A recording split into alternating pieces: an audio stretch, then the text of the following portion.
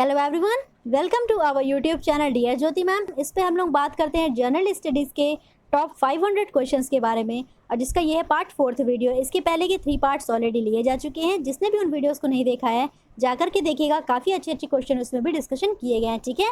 और ये वीडियो उन सभी एग्जामिनेशन के लिए इंपॉर्टेंट है जहाँ पे भी जनरल स्टडीज़ के क्वेश्चन पूछे जाते हैं। तो वीडियो को लास्ट तक देखा करिए और कमेंट करके अपना स्कोर बताया करिए कि आपके कितने क्वेश्चन करेक्ट हो पा रहे हैं। ओके और जो भी अभी तक चैनल पे नए हैं या फिर जिन्होंने भी चैनल को अभी तक सब्सक्राइब नहीं किया है तो चैनल को सब्सक्राइब करके बेल आइकन को दबाइए, जिससे कि लेटेस्ट वीडियो की इन्फॉर्मेशन आपको मिलती रहे। वीडियो पसंद आता है तो वीडियो को लाइक करिए और ज़्यादा से ज़्यादा शेयर करके अपना सपोर्ट शो करिए। आइए स्टार्ट करते हैं। देखिए फर्स्ट क्वेश्चन आपकी स्क्रीन पे है, अरावली पर्वत श्रेणी किस राज्य में स्थित है? तो इसका आंसर करेक्ट हो जाएगा ऑप्शन है, यानी कि अरावली जो पर्वत श्रेणियाँ हैं वो राजस्थान में स्थित हैं। इसका एक्सप्लेनेशन देखिए क्या है। तो यह भारत की प्राचीनतम पर्वत श्रृंखला में से एक है।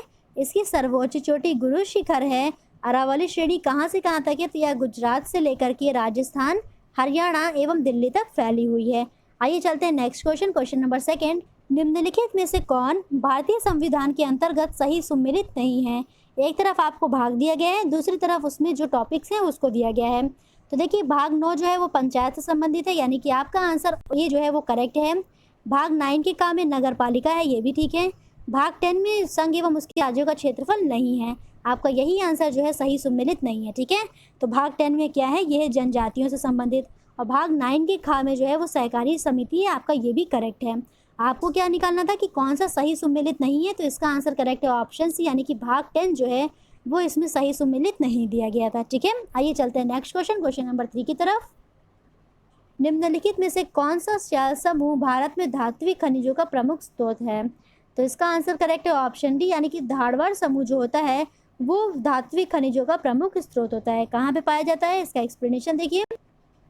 तो भारत में सबसे महत्वपूर्ण खनिज युक्त शैल धारवाड़ समूह है, और यह शैल समूह सबसे अधिक धात्विक है, जिसमें क्या क्या पाया जाता है? तो सोना, लोहा, मैग्नीज, कोबाल्ट, क्रोमियम, तांबा, टंगस्टन प्राप्त होते हैं। ओके, यहाँ तक क्लियर। आइए चलते हैं नेक्स्ट क्वेश्चन, क्वेश्चन नंबर 4 पे। दिल्ली भारत की राजधानी कब बनी? ठीक है, तो दिल्ली भारत की राजधानी कब बनाई गई? इसका आंसर करेक्ट हो जाएगा ऑप्शन बी, 1912 में दिल्ली को भारत की राजधानी बनाई गई। इससे पहले भारत की राजधानी क्या थी? तो इससे पहले भारत की राजधानी कलकत्ता थी। 1912 में ये दिल्ली स्थानांतरित हो गई है, ठीक है। एक चीज़ और याद रखिएगा, दिल्ली को भारत की राजधानी बनाने की घोषणा 1911 ईस्वी में ही कर दिया गया था, पर इसका जो स्थानांतरण हुआ है वो 1912 में हुआ है। ओके, आइए चलते हैं नेक्स्ट क्वेश्चन, क्वेश्चन नंबर 5। निम्नलिखित में से कौन सा युद्ध बाबर और राणा सांगा के बीच में लड़ा गया था? तो इसका आंसर करेक्ट है ऑप्शन बी, यानी कि खानवा का जो युद्ध हुआ था वो बाबर और राणा सांगा के बीच में हुआ था। इसका एक्सप्लेनेशन देखिए क्या है। तो खानवा का युद्ध 17 मार्च 1527 ईस्वी को बाबर और राणा सांगा के बीच में हुआ था। इस युद्ध में कौन पराजित हुआ था? तो राणा सांगा पराजित हो गया था। आइए चलते हैं नेक्स्ट क्वेश्चन पे। निम्नलिखित में से कौन भारत का मार्टिन लूथर कहलाता है? मोस्ट इंपॉर्टेंट क्वेश्चन है, इस क्वेश्चन को जरूर से याद रखिएगा। तो निम्नलिखित में से कौन भारत का मार्टिन लूथर कहलाता है? तो इसका आंसर करेक्ट ऑप्शन है, यानी कि स्वामी दयानंद सरस्वती को भारत का मार्टिन लूथर कहा जाता है। इसका एक्सप्लेनेशन समझिए। तो स्वामी दयानंद सरस्वती कौन है? तो ये है आर्य समाज के संस्थापक।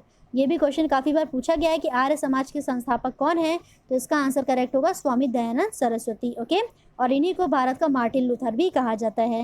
नेक्स्ट क्वेश्चन देखिए क्या है। निम्नलिखित में से कौन सा सही सुमेलित नहीं है? एक तरफ आपको विटामिन दिए गए हैं, दूसरी तरफ उससे होने वाले रोग दिए गए हैं। तो विटामिन ए से होता है रतौंधी, आपका ये करेक्ट है। विटामिन बी से होता है बेरी, आपका ये भी करेक्ट है। और विटामिन सी से क्या होता है? तो विटामिन सी से होता है स्कर्वी, यानी कि रक्त का थक्का जमना, यही आपका गलत हो गया। और विटामिन डी से होता है रिकेट्स, आपका ये वाला भी ऑप्शन करेक्ट है, ठीक है। तो आपको क्या निकालना था? जो सही सुमेलित नहीं है, इसलिए आपका आंसर करेक्ट हो जाएगा ऑप्शन सी, यानी कि विटामिन सी जो है सही सुमेलित नहीं है। विटामिन सी से होता है स्कर्वी रोग, और रक्त का जो थक्का नहीं जमता है वो होता है विटामिन के की कमी से, ठीक है। आइए चलते हैं नेक्स्ट क्वेश्चन, क्वेश्चन नंबर 8। निम्नलिखित में से किसका उपयोग विस्फोटक के उत्पादन में किया जाता है? तो इसका आंसर करेक्ट है ऑप्शन बी, यानी कि ग्लिसरॉल का उपयोग जो है वो विस्फोटक के उत्पादन में किया जाता है। इसका एक्सप्लेनेशन समझ लीजिए। तो ग्लिसरॉल एक कार्बनिक यौगिक है। यह सल्फ्यूरिक अम्ल की उपस्थिति में नाइट्रोग्लिसरीन बनाता है। इसे ट्राई नाइट्रोग्लिसरीन, यानी कि टीएनजी, ठीक है, टीएनजी सुना है, विस्फोटक के रूप में इस्तेमाल होता है। इसे ट्राई नाइट्रोग्लिसरीन या फिर नोबल तेल भी कहा जाता है। इसका प्रयोग विस्फोटक पदार्थ बनाने में करते हैं। ओके, आइए चलते हैं नेक्स्ट क्वेश्चन देखिए। उत्तरी अमेरिका का सुपीरियर झील का क्षेत्र प्रसिद्ध है। तो उत्तरी अमेरिका का सुपीरियर झील का क्षेत्र किसके लिए प्रसिद्ध है? तो इसका आंसर हो जाएगा ऑप्शन ए, लौह अयस्क के भंडार के लिए प्रसिद्ध है। नेक्स्ट क्वेश्चन, क्वेश्चन नंबर 10 क्या है? पश्चिमी एशिया में सर्वाधिक तेल उत्पादक देश है। तो पश्चिमी एशिया की बात की जा रही है, यहाँ पे सर्वाधिक तेल उत्पादक देश है सऊदी अरब, यानी कि आपका आंसर करेक्ट है option number D. Next question देखिए क्या है? निम्नलिखित में से कौन एक हरित गृह गैस नहीं है? इसका आंसर करेक्ट हो जाएगा ऑप्शन ए, यानी कि ऑक्सीजन जो होती है O2 वो ग्रीन हाउस गैस नहीं होती है। उसके अलावा ग्रीन हाउस गैस कौन कौन सी होती हैं, आइए इसका एक्सप्लेनेशन में बताते हैं। तो वायुमंडल में पाए जाने वाली प्रमुख ग्रीन हाउस गैसें हैं carbon dioxide, methane, chlorofluorocarbon, nitrous oxide और जलवाष्प। ठीक है, जलवाष्प यानी कि वाटर वेपर। आइए चलते हैं नेक्स्ट क्वेश्चन की तरफ। फ्रांस तथा स्पेन के बीच में सीमा बनाने वाला पर्वत कौन सा है? तो फ्रांस और स्पेन के बीच में सीमा बनाने वाला पर्वत है पेरेनीज, यानी कि आपका आंसर करेक्ट है ऑप्शन बी। पेरेनीज पर्वत याद रखिएगा, फ्रांस और स्पेन के बीच में सीमा बनाता है। नेक्स्ट क्वेश्चन, क्वेश्चन नंबर 13 देखिए क्या है? प्रायद्वीपीय भारत की सबसे लंबी नदी कौन सी है? ध्यान दीजिएगा, प्रायद्वीपीय भारत पूछा जा रहा है, तो इसकी सबसे लंबी नदी है ऑप्शन सी, यानी कि गोदावरी जो है प्रायद्वीपीय भारत की सबसे लंबी नदी है। और भारत की सबसे लंबी नदी कौन सी है? तो भारत की सबसे लंबी नदी है गंगा। ओके, प्रायद्वीपीय भारत की गोदावरी है और भारत की सबसे लंबी नदी गंगा है। नेक्स्ट क्वेश्चन देखिए क्या है? उत्तर प्रदेश का एकमात्र मुक्त विश्वविद्यालय यानी कि ओपन यूनिवर्सिटी कहाँ पे स्थित है? इसका आंसर करेक्ट है ऑप्शन बी, यानी कि यह स्थित है प्रयागराज में। ओके, इसका एक्सप्लेनेशन देखिए क्या है? तो उत्तर प्रदेश का एकमात्र मुक्त विश्वविद्यालय यानी कि राजर्षि टंडन मुक्त विश्वविद्यालय है और इसकी स्थापना 1999 ईस्वी में डीम्ड विश्वविद्यालय के रूप में की गई थी। क्लियर हो गया? आइए चलते हैं नेक्स्ट क्वेश्चन देखिए क्या है? तो क्वेश्चन नंबर 15 क्या है? ट्राई निम्नलिखित में से किस क्षेत्र की नियामक संस्था है? इसका आंसर करेक्ट हो जाएगा ऑप्शन डी, यानी कि दूर संचार नियामक संस्था है। ट्राई का फुल फॉर्म क्या होता है? तो ये होता है telecom regulatory authority of India. आइए इसका एक्सप्लेनेशन देखिए। तो इसका उद्देश्य क्या है? देश में दूरसंचार सेवाओं के विकास के लिए योजनाएं बनाना है। ठीक है, ट्राई का हिंदी में फुल फॉर्म क्या है? भारतीय दूरसंचार विनियामक प्राधिकरण अधिनियम। आइए चलते हैं नेक्स्ट क्वेश्चन देखिए क्या है? नोबेल पुरस्कार विजेता भारत के अर्थशास्त्री कौन है? तो इसका आंसर करेक्ट है ऑप्शन बी, यानी कि अमर्त्य सेन जो हैं ये भारत के अर्थशास्त्री हैं जिनको नोबेल प्राइज़ भी मिल चुका है। कब मिला है? तो ये देखिए 1998 का अर्थशास्त्र का नोबेल पुरस्कार भारतीय अर्थशास्त्री अमर्त्य सेन को मिला था। क्लियर हो गया यहाँ तक? आइए चलते हैं नेक्स्ट क्वेश्चन की तरफ। तो निम्नलिखित में से कौन सा एक वायु प्रदूषण का जैविक सूचकांक का कार्य करता है? तो वायु प्रदूषण का जैविक सूचकांक का कार्य कौन करता है? इसका आंसर करेक्ट हो जाएगा ऑप्शन ए, यानी कि लाइकेन। ठीक है, लाइकेन क्या होता है? तो लाइकेन कवक और शैवाल के बीच में सहजीविता के संबंध को दर्शाता है। यह वायु प्रदूषण के सबसे अच्छे संकेतक माने जाते हैं, क्योंकि जहाँ पे वायु प्रदूषण ज़्यादा होता है वहाँ पर या तो ये उगते नहीं हैं या फिर उगते भी हैं तो अधिक वृद्धि नहीं कर पाते हैं। तो लाइकेन वायु प्रदूषण के सबसे अच्छे सूचक माने जाते हैं। नेक्स्ट क्वेश्चन देखिए क्या है? निम्नलिखित में से कौन रूस के प्रमुख संसाधनों में से एक नहीं है? तो इसका आंसर करेक्ट हो जाएगा ऑप्शन सी, यानी कि यूरेनियम जो होता है वो रूस के प्रमुख संसाधन में से एक नहीं है। नेक्स्ट क्वेश्चन, क्वेश्चन नंबर 19 क्या है? निम्नलिखित में से किसने महाभारत का फारसी भाषा में अनुवाद किया था? तो इसका आंसर करेक्ट हो जाएगा ऑप्शन ए, यानी कि अब्दुल कादिर बंदायूनी ने महाभारत का फारसी भाषा में अनुवाद किया था। ठीक है, इसका एक्सप्लेनेशन देख लीजिए थोड़ा सा।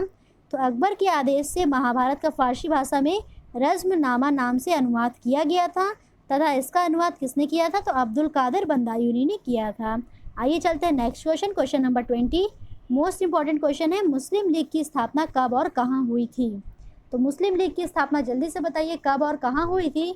इसका आंसर करेक्ट हो जाएगा ऑप्शन डी, यानी कि 1906 ईस्वी में ढाका में हुआ था। ठीक है, 1906 ईस्वी में मुस्लिम लीग की स्थापना हुई थी और कहाँ पे हुई थी? तो ढाका में हुई थी। नेक्स्ट क्वेश्चन देखिए, नरसिम्हन समिति का संबंध किससे है? 4 ऑप्शन आपको दिए गए हैं, इसका आंसर करेक्ट हो जाएगा ऑप्शन सी, यानी कि बैंकिंग संरचना सुधारों से संबंध है नरसिम्हन समिति का। इसका गठन किसके द्वारा किया गया था? आइए इसको एक्सप्लेनेशन में डिस्कशन करते हैं। वित्त मंत्री डॉक्टर मनमोहन सिंह ने अगस्त 1951 में वित्तीय क्षेत्र के सभी पहलुओं में सुधार हेतु एम नरसिम्हन की अध्यक्षता में समिति का गठन किया गया था और इसका नाम क्या रखा गया? तो नरसिम्हन समिति रखा गया। ठीक है, और यह किससे संबंधित है नरसिम्हन समिति? तो यह है बैंकिंग संरचना सुधारों से। और याद रखिएगा उस टाइम पे जो वित्त मंत्री थे नरसिम्हन समिति के टाइम पे वो कौन थे? तो डॉक्टर मनमोहन सिंह थे। नेक्स्ट क्वेश्चन देखिए, क्वेश्चन नंबर 22। जीएसटी किस प्रकार का कर है, यानी कि यह किस प्रकार का टैक्स है? तो इसका आंसर करेक्ट है ऑप्शन बी, जीएसटी जो है वो एक अप्रत्यक्ष कर है। अप्रत्यक्ष कर वो होते हैं जो आपसे प्रत्यक्ष रूप में नहीं वसूले जाते हैं, ठीक है। तो आइए चलते हैं इसके एक्सप्लेनेशन पे। तो जीएसटी का फुल फॉर्म होता है गुड्स एंड सर्विस टैक्स। यह पूरे देश के लिए एक अप्रत्यक्ष कर है। इस कर को कब से लागू किया गया? तो 1 जुलाई 2017 से पूरे देश में लागू किया गया। ये मोस्ट इंपॉर्टेंट है, इसका डेट जरूर याद रखिएगा। जीएसटी जो है वो भारत में 1 जुलाई 2017 से लागू हुई है। नेक्स्ट क्वेश्चन देखिए क्या है। 100% सौर ऊर्जा पर चलने वाला भारत का पहला केंद्र शासित प्रदेश है। तो इसका आंसर करेक्ट हो जाएगा ऑप्शन सी, यानी कि दीव जो है वो 100% सौर ऊर्जा पर चलने वाला भारत का पहला केंद्र शासित प्रदेश है। ओके, इसका एक्सप्लेनेशन देखिए क्या है। मार्च 2018 के प्रारंभ में ही द्वीप जो है वो पूर्ण सौर ऊर्जा से चलने वाला भारत का पहला केंद्र शासित प्रदेश बना। आइए चलते हैं next question, question number 24। AIDS का कारण है, यानी कि एड्स जो है वो किसकी वजह से होता है? इसका आंसर करेक्ट हो जाएगा ऑप्शन बी। एड्स जो होता है वो एक वायरस के द्वारा होने वाला रोग है। किस वायरस की वजह से होता है? तो ये HIV वायरस की वजह से होता है, जिसका फुल फॉर्म होता है human immunodeficiency virus. Okay, AIDS एक विषाणु जनित रोग होता है। इससे शरीर की रोग प्रतिरोधकता क्षमता क्षीण हो जाती है, क्योंकि यह सीधे सीधे आपके इम्यून सिस्टम पे हमला करता है। आइए चलते हैं आज का लास्ट क्वेश्चन, क्वेश्चन नंबर 25। देश में प्रथम कृषि विश्वविद्यालय की स्थापना कब हुई थी? तो इसका आंसर करेक्ट हो जाएगा ऑप्शन सी, यानी कि 1960 में देश में सर्वप्रथम कृषि विश्वविद्यालय की स्थापना हुई थी। इसका एक्सप्लेनेशन समझ लीजिए किसके द्वारा की गई थी। तो भारत के पहले प्रधानमंत्री पंडित जवाहरलाल नेहरू के द्वारा 17 नवंबर 1960 को उत्तर प्रदेश के कृषि विश्वविद्यालय की स्थापना की गई थी। अब इसका नाम बदल कर क्या कर दिया गया है? तो अब इसका नाम बदल करके गोविंद बल्लभ पंत कृषि एवं प्रौद्योगिकी विश्वविद्यालय कर दिया गया है, ठीक है। तो आपको ये टॉप 25 क्वेश्चन आज के कैसे लगे, यानी कि आपको पार्ट 4 कैसा लगा वीडियो का, कमेंट करके अपने रिव्यू जरूर शेयर किया करिए। और वीडियो अगर पसंद आया तो वीडियो को लाइक करिए, ज़्यादा से ज़्यादा शेयर करके अपना सपोर्ट शो करिए।